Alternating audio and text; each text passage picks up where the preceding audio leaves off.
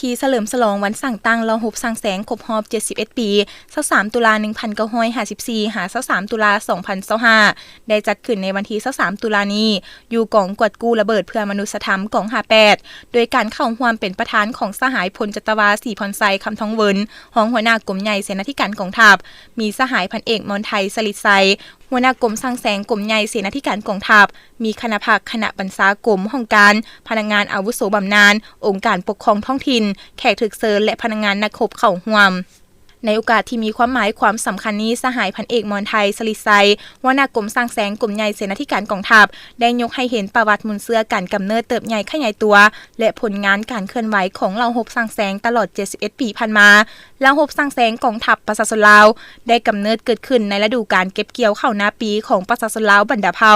ซึ่งตรงกับวันที่23ตุลา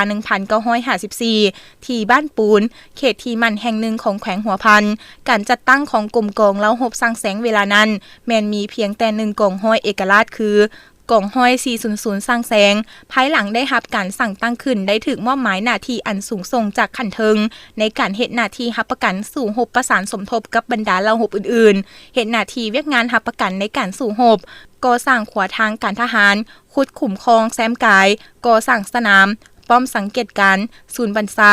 ก่อสร้างเคหสถานสถานที่เฮ็ดเวียกของผู้นำและเฮ็ดหน้าที่ลำเลียงขนส่งปลุกระดมคนควายก่อสร้างรากฐานการเมืองและเพิ่มพูนผลิตผลหาเลี้ยงกุ้มตนเองอย่างตั้งหน้าภาระหน้าที่ของกรมกองโดยปฏิบัติตามคำขวัญที่ว่าทุกสิ่งทุกอย่างแม่นตีเอาชนะจักรพรรดิผู้หุกหาญและทุกสิ่งอย่างเพื่อภารกิจปลดปล่อยชาติภายหลังประเทศชาติได้รับการปลดปล่อยเพื่อตอบสนองกับความเรียกร้องต้องการของสภาพการใหม่ก็คือหน้าที่การเมืองของภาคของกองทัพในระยะใหม่รับประกันให้แก่ภารกิจปกปักรักษาและสร้างสรรค์พัฒนาประเทศชาติก็คือมากผลของการปฏิวัติเหล่าหบสร้างแสงก็คือเหล่าหบอื่นๆของกองทัพประชาชนลาวเหล่าหบสร้างแสงได้รับการปรับปรุงก่อสร้างและเติบใหญ่ขยายตัวทางด้านการจัดตั้งด้านกำลังพลพาหนะเทคนิคภาระบทบาทหน้าที่จนได้รับการปรับปรุงยกระดับขึ้นเป็นกรมสร้างแสงในปี 1979 จนถึงปัจจุบันกรมสร้างแสงได้ตั้งหน้าปฏิบัติตาม4หน้าที่ใหญ่6แผนงานของคณะภาคกระทรวงป้องกันประเทศวางออกอย่างเป็นขบวนฟดฟื้นสามารถสั่งได้หลายกรมกองเป็นกองปลอดสายเข้มแข็งนักแน่นกองปลอดสายปลอดภัยปลอดคดีและกองวัฒนธรรมในทั่วระบบสร้างแสง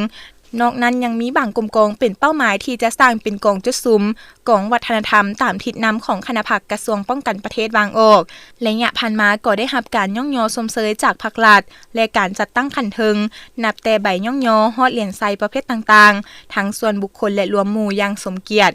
ในโอกาสเฉลิมฉลองวันสั่งตั้งเหล่าหบสร้างแสงครบรอบ71ปีนี้สหายพันเอกมนไทยสลิดไซก็ได้กล่าวอวยพรในวันดังกล่าว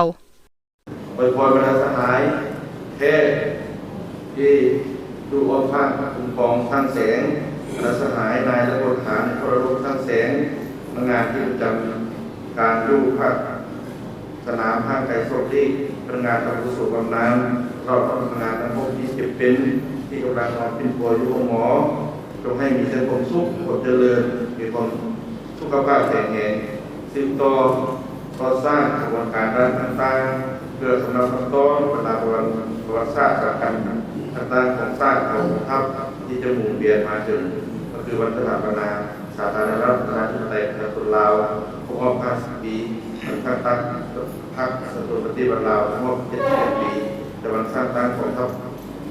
ประชาชนลาวครบรอบ71 ปีที่มาถึงในโมเมนต์นี้ยังเป็นกระบวนการฝึกฟื้นและมีผลงานยิ่งใหญ่กว่าเก่าสมเสยน้ำใจวันนี้เขา3 ตุลามันเดือนพอสมเสย